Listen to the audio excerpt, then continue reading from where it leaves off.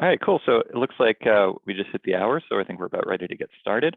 So as you can see, today's masterclass is going to be all about scene controls. And scenes are a really important function. I know that some people get a bit intimidated by scenes and just avoid using them entirely, but I think once you get a good understanding of how they work and the different controls that you have for them, it could be a really, really useful tool for people who, even people coming from analog consoles that like to do everything like on the fly and very rock and roll. There might be certain contexts where a scene would be useful for you versus just having to do everything manually. So we're going to go through how scenes work and all the different settings that you can use to optimize your use of scenes as well. So let's dive right in.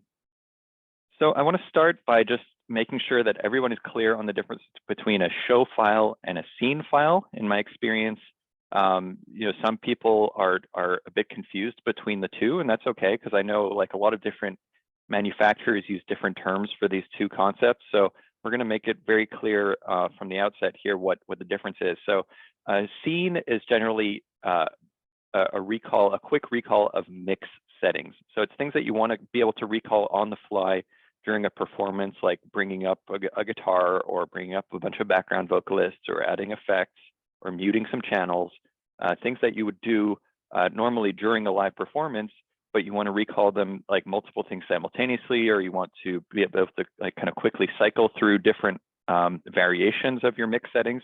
That's what scenes are generally used for. And you've up to 500 of them per show file. And a show, as you could probably guess, contains all the scene data. So it contains your 500 scenes, your different configurations, mixed configurations of the console. But it also contains kind of the overall configuration of the mixer, like the actual settings that you wouldn't necessarily change during a show. So for example, like your audio clock source, your bus configuration, how many auxes you have versus how many groups versus matrices, things like that you wouldn't necessarily change during a performance. So you wouldn't want to recall a show during a performance. And another reason you wouldn't want to do that is because it stops audio temporarily when you recall a show file. So you definitely don't want to recall shows while you're doing like a long set because it's going to stop the audio. It's going to like reconfigure your buses, going to change your clock source. Those are things you don't want to change during a live performance. So just to be clear, a show, and like you can see in that diagram, a show contains a lot of settings of the console and all 500 scenes of that show. And then if you recall another show, you'd have another set of 500 scenes that you can work with. Okay. And if you want more detail on exactly what's part of a show file and what's part of a scene file, you can look on that page of the dLive reference guide. I won't go into everything because you can see it's very, very detailed. So just, yeah, if you're ever curious, like, hey, is that part of the show or is that part of a scene? There are certain things that might be borderline for you. You could check those pages in the dLive reference guide. It goes very in depth on exactly what's part of what. One thing I will draw your attention to, though, is certain settings are not stored in shows or scenes. So like, for example, the network settings of your console, if you recall a different show file, it will not change the network settings of your dLive Surface or your mix rack. If you recall a different show, it's not going to change your event logs or your user profiles. Those are things that you want kind of stored within the actual hardware and not to change according to which show is currently open. Okay.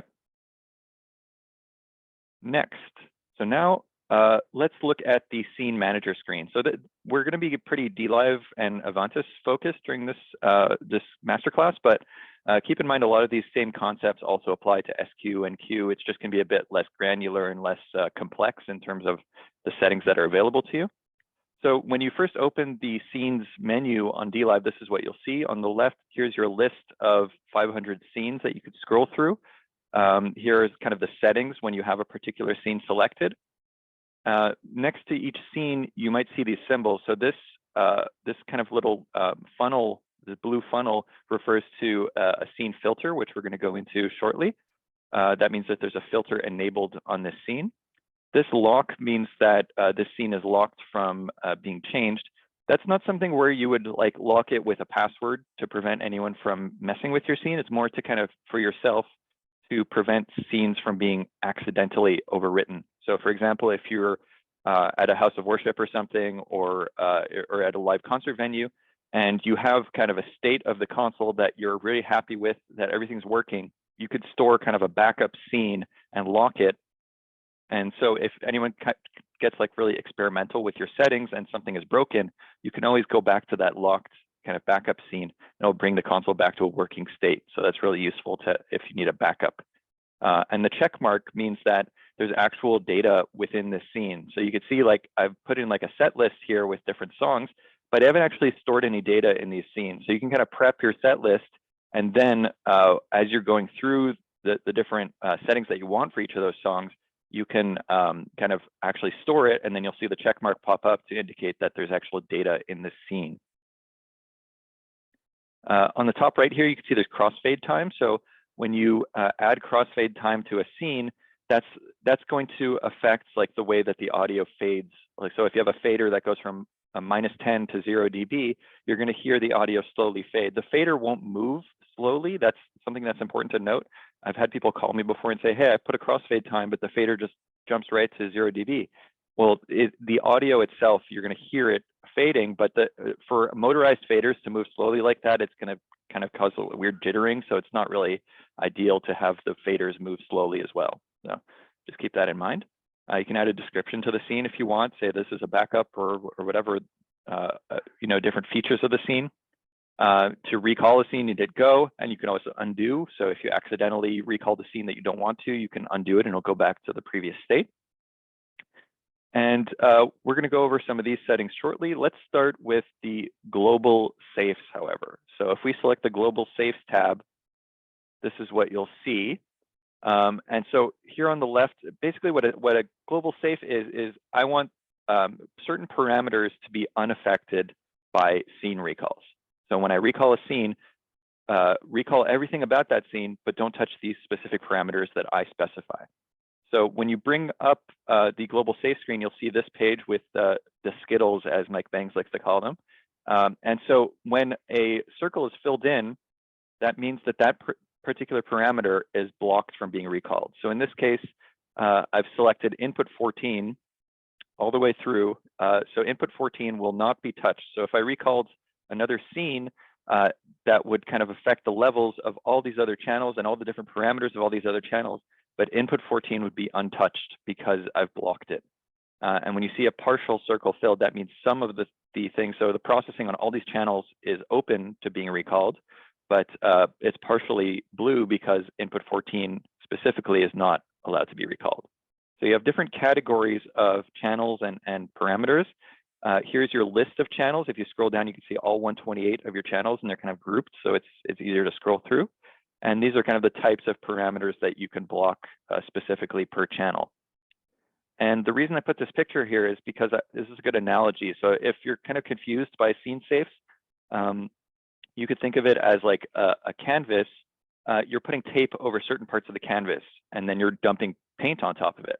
So like the canvas is like the current state of the console. The paint that you're dumping onto it is like the new scene, but the tape that you're applying is covering certain parts of the canvas from being covered in that new paint. So if you're adding like new paint to the canvas, those parts that are taped will not be affected by the new paint job, and you can just then rip off the paint and it'll be the same as it was before. So that's kind of a good way to think about global safes, is that you're putting tape over some parts of your console so that when you apply that new scene and that new data to it, those parts are not affected. You can also think about it this way, is that you have new scene data that's applied to the current console state, and first it's filtered through the global safes, and then whatever is left to be recalled will be recalled to the current state of the console. Okay. Now, in the same vein as scene safes are scene filters. So it's a very, very similar concept. The big difference between a global safe and a scene filter is that scene filters are specific to a particular scene. So I could touch one scene. So in this case, I've selected one song, Speak to Me, and you can hit the recall filter button, and that will bring up this same Skittle menu again. And so when I recall this specific scene, I could prevent like certain things. Like in this case, I've prevented all the processing on all of my input channels from being affected. So maybe I just want the mutes and the faders and the routing to be affected, but when I recall scene number 9, but I don't want any of the processing to change. I want that all to be consistent even as I go to scene number 9. So when you apply a scene filter, you're filtering it through the global safes and the filter on that specific scene. And then whatever is left after going through those 2 filtering stages is applied to the current console state. And once you set up a filter that you like, so if let's say I like the filter that I've used on this song, Speak to Me, and now I want to copy that same filtering onto my other songs, you can copy that same filter onto multiple other scenes if you'd like. Just hit that copy filter 2. Okay. And sorry if you're hearing dogs in the background, by the way. Now, role filters. So this is, again, another way of filtering. So it's kind of similar to scene filters, but instead of it being on a specific scene, it's using roles. So if you're not familiar with the roles feature, this is something that's used typically in a multi-surface setup. So when you have more than one dLive surface connected to the same mix engine, you can then go on one of those surfaces, go to Surface, Control, and Surface Prefs, and you'll see this Roles menu in the bottom right of the screen. And if you hit Edit here, you can there's 4 different roles that you could set up because you could have up to 4 surfaces on the same mix engine. And you could set up a range of scenes that are only available to that specific role. So if I'm in the FOH role, for example, I've set it up so that I've only have scenes 1 to 99.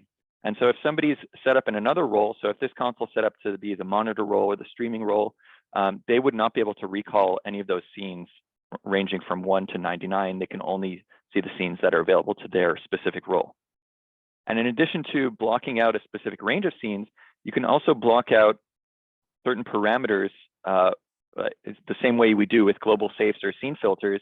You can block out certain parameters from your role from being recalled. So for example, if the front of house engineer is using inputs 1 to 64, and then the monitor engineer is using 65 to 128, I can set up a filter so that my scenes, when I recall scenes on my front of house console, it won't affect any of the channels that are assigned to the monitor console because they're using channel 65 and up.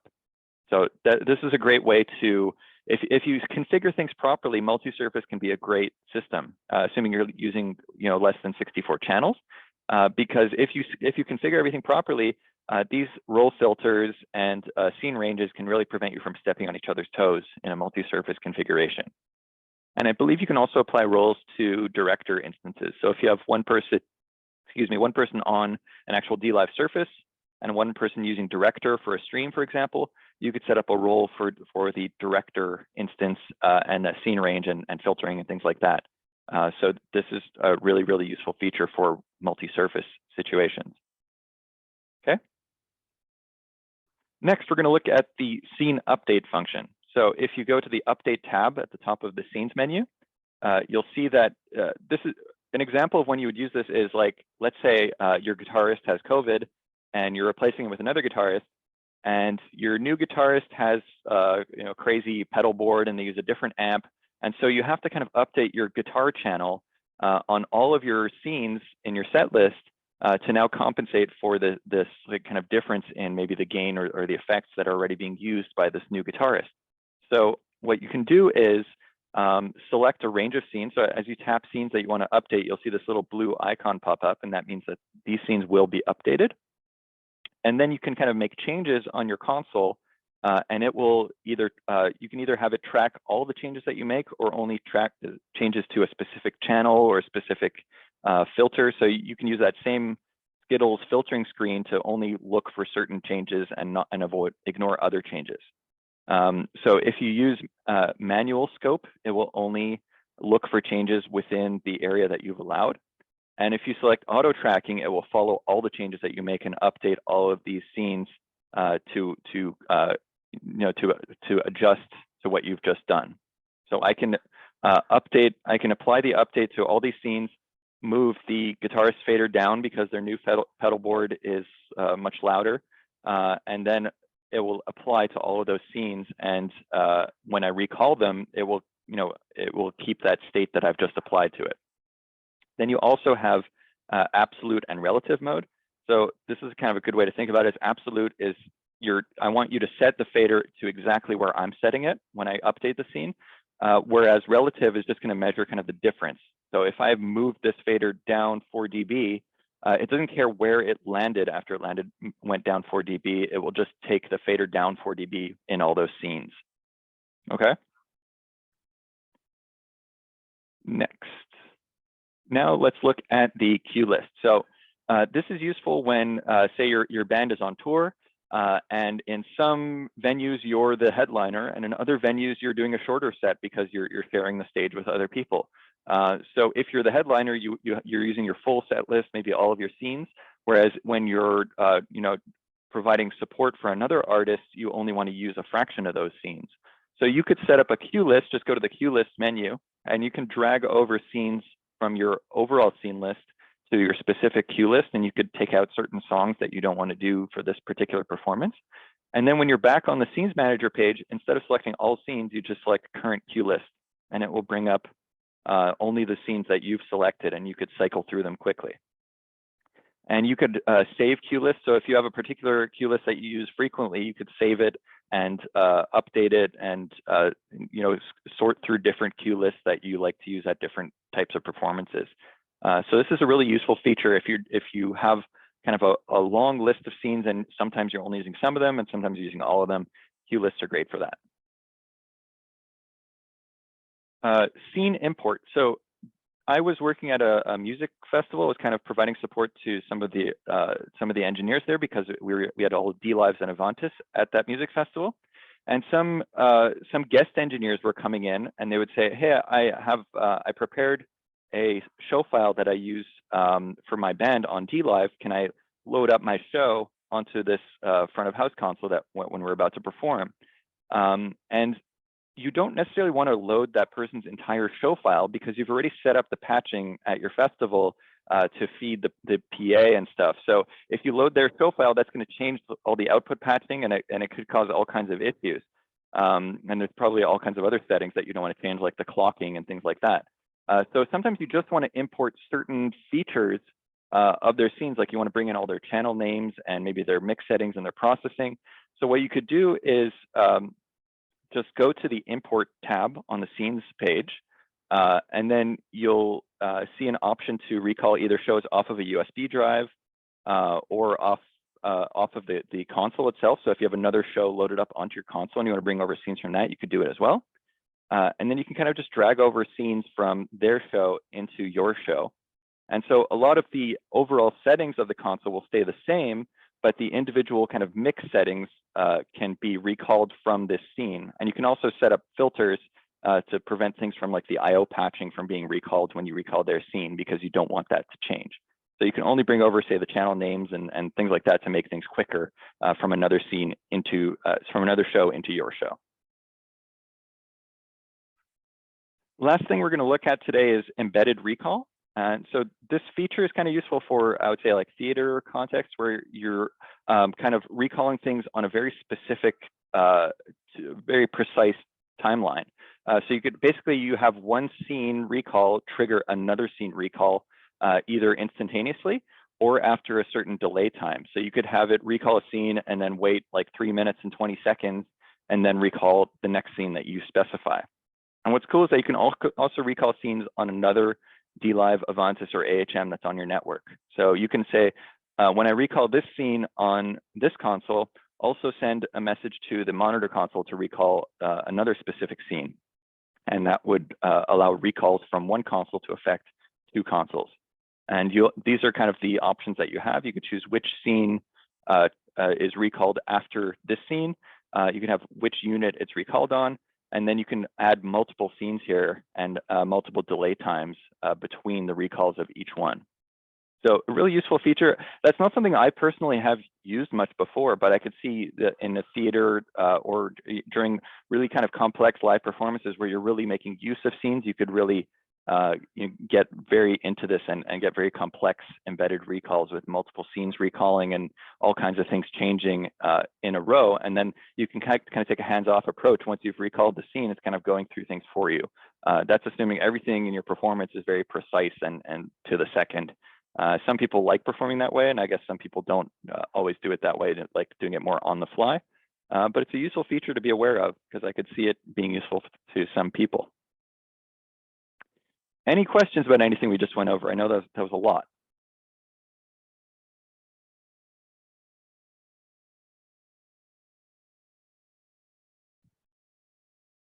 Yeah, Les, that is a comment. So Les is asking, is it common to select block all? So when you're on those Skittles menus, you always have the option to block everything and then only recall specific things, or just unblock everything.